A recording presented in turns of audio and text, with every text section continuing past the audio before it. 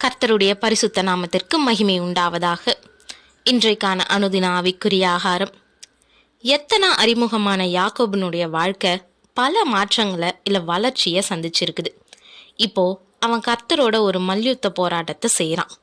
அது அவனுடைய குணத்தை பற்றி நாம் இன்னும் ஆழமாக தெரிந்து கொள்ள உதவியாக இருக்குது. இந்த போராட்டத்தின் பலனா அவன் அதிகமாக வாஞ்சித்த ஆசீர்வாதம் அவனுக்கு கிடைக்குது. அவர், உன் பேர் என்ன என்று கேட்டார். யாக்கோபு என்றான்.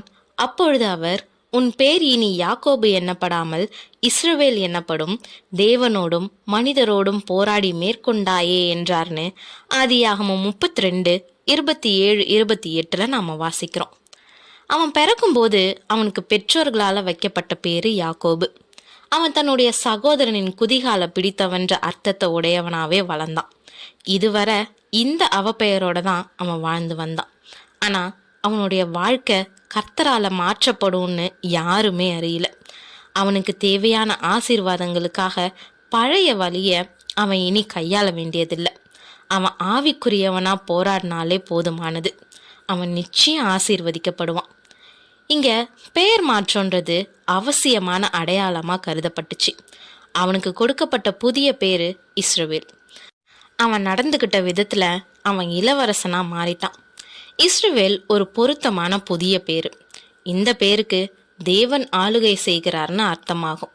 ஆமாம், இனி அவனுடைய வாழ்க்கையில கர்த்தர் ஒருவரே ஆளுகை செய்கிறவரா இருக்க போறாரு.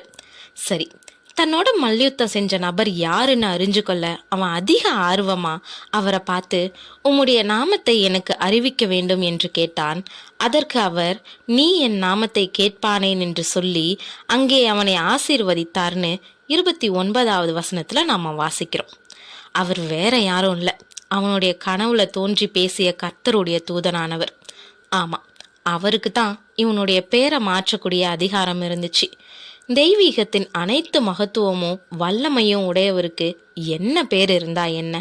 நிச்சயமா அவர் பேரை கேட்க வேண்டிய தேவையே இல்லை. இருந்தாலும் அவர் கர்த்தர்தான்றத அவன் முழுவதுமா உணர தொடங்கினான். அப்பொழுது யாக்கோபு, நான் தேவனை முகமுகமாய் கண்டேன், உயிர் தப்பி பிழைத்தேன் என்று சொல்லி அந்த ஸ்தலத்துக்கு பெனியேல் என்று பெயரிட்டான்னு 30வது வசனத்துல நாம வாசிக்கிறோம். பெனியேல் 2 பதங்களை கொண்ட வார்த்தை. பென்னா முகம், ஏல்னா கர்த்தர். கர்த்தரை முகமுகமாய் சந்தித்தேன்னு அந்த ஸ்தலத்துக்கு பெனியேல்னு அவன் பேரிடுறான். தேவனை முகமுகமா சந்திக்கக்கூடிய அனுபவம் அந்த நேரத்துல யாக்கோபுக்கு ஆச்சரியமா இருக்கலாம். அவன் இப்போ ஆசீர்வதிக்கப்பட்டுட்டான். ஆனா இதே யாக்கோபு தன்னுடைய பழைய வழிகளுக்கு திரும்புறதுக்கு அதிக வாய்ப்பு இருக்குது. யாக்கோபு ஆண்டவர்கிட்ட இருந்த ஆசீர்வாதத்தை பெற்றதுமே அவனோட மல்யுத்தம் செஞ்ச நபரனுடைய பெயரை தெரிந்து கொள்ளும்படி கேட்டு அந்த சந்தர்ப்பத்தின் மகத்துவத்தை அவன் கிட்டத்தட்ட அற்பமாக்கினான். கர்த்தர் தாம் உருவாக்குனவங்களை நன்கு அறிஞ்சிருந்ததுனால யாக்கோபுக்கு ஒரு தாழ்மையான நினைவூட்டலை கொடுத்தாரு. அவன் பெனியேலை கடந்து போகையில் சூரியன் உதயமாயிற்று, அவன் தொடை சுலுக்கினாலே நொண்டி நொண்டி நடந்தான்னு நம்ம வாசிக்கிறோம். யாக்கோபு இனி அந்த பழைய மனுஷனா இருக்க போறதில்ல. அவனுக்கு கொடுக்கப்பட்ட இயலாமை அவனுக்கு இந்த அற்புதமான வாழ்க்கை மாற்றத்தின் நிகழ்வை மறக்காம இருக்க உதவி செய்யும். இந்த நரம்பு தளர்ச்சின்றது அவன் உயிர் காப்பாற்றப்பட்டதோடு ஒப்பிடும்போது ஒன்றுமே இல்லை. ஆமாம், கர்த்தருடனான இவ்வளவு நெருக்கமான சந்திப்பில் அவன் மரித்து போயிருக்கலாம். அன்றிரவு முழுவதும் கர்த்தரோட மல்யுத்தம் செஞ்சு அவனுடைய உயிர் பிழைச்சா ஏசாவின் கோபத்திலிருந்து அவன் நிச்சயம் காப்பாற்றப்படுவான்றது உறுதி. பிரியமானவர்களே, இன்றைக்கும் நம்ம யாக்கோபின் வாழ்க்கை மூலமாக ஒரு பாடத்தை கற்றுக்கொள்ள அழைக்கப்படுறோம். தேவனுடைய தெரிந்து கொள்ளுதல்ல அவர் ஏசாவை வெறுத்தேன், யாக்கோபை சிநேகித்தேன்னு நமக்கு சொல்லியிருக்கிறாரு. ஆமாம், யாக்கோபு எத்தனா வளர்ந்திருந்தாலும் அவனிடத்துல கர்த்தர் பொறுமையுள்ளவராக செயல்படுறத நாம் பார்க்குறோம். அவன் குணம் மாற்றப்படவும் அவன் கர்த்தருடைய திட்டத்தில் வரவும் அவனை அவர் சந்திக்கிறாரு. அவனுடைய வாழ்க்கையை மாற்றக்கூடிய நிகழ்வில் அவன் பெயரை அர்த்தத்தோட மாற்றுறாரு.